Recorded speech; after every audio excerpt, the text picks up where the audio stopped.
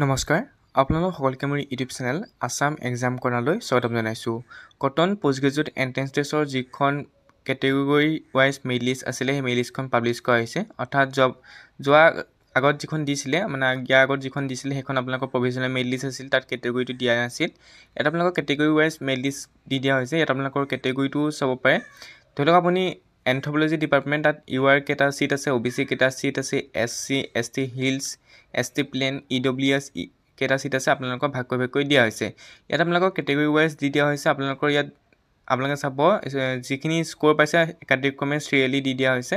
গতিকে আপোনালোকৰ category wise publish কৰা হৈছে। মই যদি আপোনালোকক সবিশেষ বুজাব চেষ্টা কৰোঁ তেতিয়াহ'লে মই এটা ইয়াৰ পৰা আছামিজ ডিপাৰ্টমেণ্টটোকে লৈ লওঁ, তেতিয়া আপোনালোকে গম পাব কেনেকৈ ভাগ কৰি দিয়া হৈছে।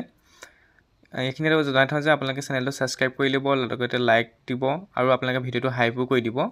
বহুতে চাই কিন্তু লাইক কমেণ্ট নকৰে, লগতে আপোনালোকে আজিকালি নতুন এটা আহিছে এইটো হাইপ কৰি দিব। আছামিজত আপোনালোকৰ ইউআৰ 14টা আছে। ইয়াত 14টা যি চিৰিয়েল নম্বৰ 14 লাগে তেওঁলোকৰ মেৰিটত আহিছে, অৰ্থাৎ তেওঁলোকে চিট পাবই যদি এডমিশ্যন কৰিবলৈ যায়। 14ৰ তলৰখিনি আপোনালোক ৱেইটিং লিষ্টত থাকিব। গতিকে আপোনালোকে যিজন 14লৈকে ৰেংক আছে তেওঁলোক আনৰিজাৰ্ভ কেটেগৰীত সোমাব, তেওঁলোকে এডমিশ্যন ল'ব যাব পাৰিব। আৰু যদি 14জনৰ ভিতৰত যদি কোনোবা চিট নলয় অৰ্থাৎ এডমিশ্যন নলয় তেতিয়া তেওঁ পিছৰজনে চিট পাব। OBC তেনেকৈ ভাগ কৰি দিয়া আছে 8জন। ইয়াত OBC আপোনালোকে চাব NCL লাগিব আপোনালোকক 8জন। একাডেমিক্ৰমে চিৰিয়েল নম্বৰ 1ৰ পৰা 8লৈকে তেওঁলোকে চিট পাইছে। যদি 1ৰ পৰা 8ৰ ভিতৰত কোনোবাই যদি চিট নলয় তেতিয়াহ'লে আপোনালোকৰ 9, 10, 13 ভিতৰত আপোনালোকৰ চিট দিয়া হ'ব। অৰ্থাৎ তাৰ পিছৰকেইজনে চিট পাই গৈ থাকিব যিজনে এডমিশ্যন নলয়। তেনেকৈ আপোনালোকৰ বাকীখিনি ৱেইটিং লিষ্টত থাকিব। প্ৰত্যেকটো কেটেগৰী তেনেকৈ দি দিয়া হৈছে, আপোনালোকে চাব পাৰে।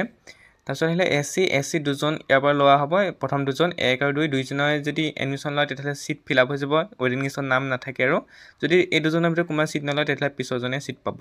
তেনেকৈ ST প্লেনৰ 3জন দিয়া হৈছে। তেনেকৈ আপোনালোকৰ ST হিলছৰ 1জন দিয়া আছে, EWSৰ 3জন। তেনেকৈ আপোনালোকৰ প্ৰত্যেকটো আপোনালোকৰ কেটেগৰী ৱাইজ আপোনাৰ চিটখিনি ভাগ কৰি তেওঁলোকে দি দিয়া হৈছে। গতিকে আপোনালোকৰ অসুবিধা নহয় এডমিশ্যন ল'বৰ কাৰণে, গতিকে আপোনালোকে গৈ পেলাই এডমিশ্যন ল'ব পাৰিব।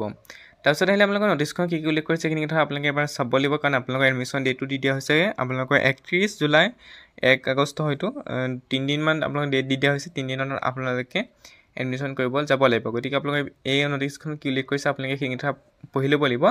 আপোনালোকে কটন পোষ্ট গ্ৰেজুৱেটৰ কাৰণে যিখন মেৰিট লিষ্ট আছে সেইখন এতিয়ালৈকে পাব্লিছ হোৱা নাই, অকল অ'পেন কেটেগৰীৰ কাৰণে অৰ্থাৎ বাহিৰৰ ইউনিভাৰ্চিটিৰ কাৰণেহে পাব্লিছ হৈছে। গতিকে আপোনালোকে কটনৰখন এতিয়ালৈকে পাব্লিছ হোৱা নাই। ডকুমেণ্ট কি লাগিব কৈছে, print out of the application ফৰ্মখন লাগিব, তাত চাইন কৰি নিব লাগিব, পাছ চাৰ্টিফিকেট, গ্ৰেড শ্বীট গ্ৰেজুৱেশ্যনৰ।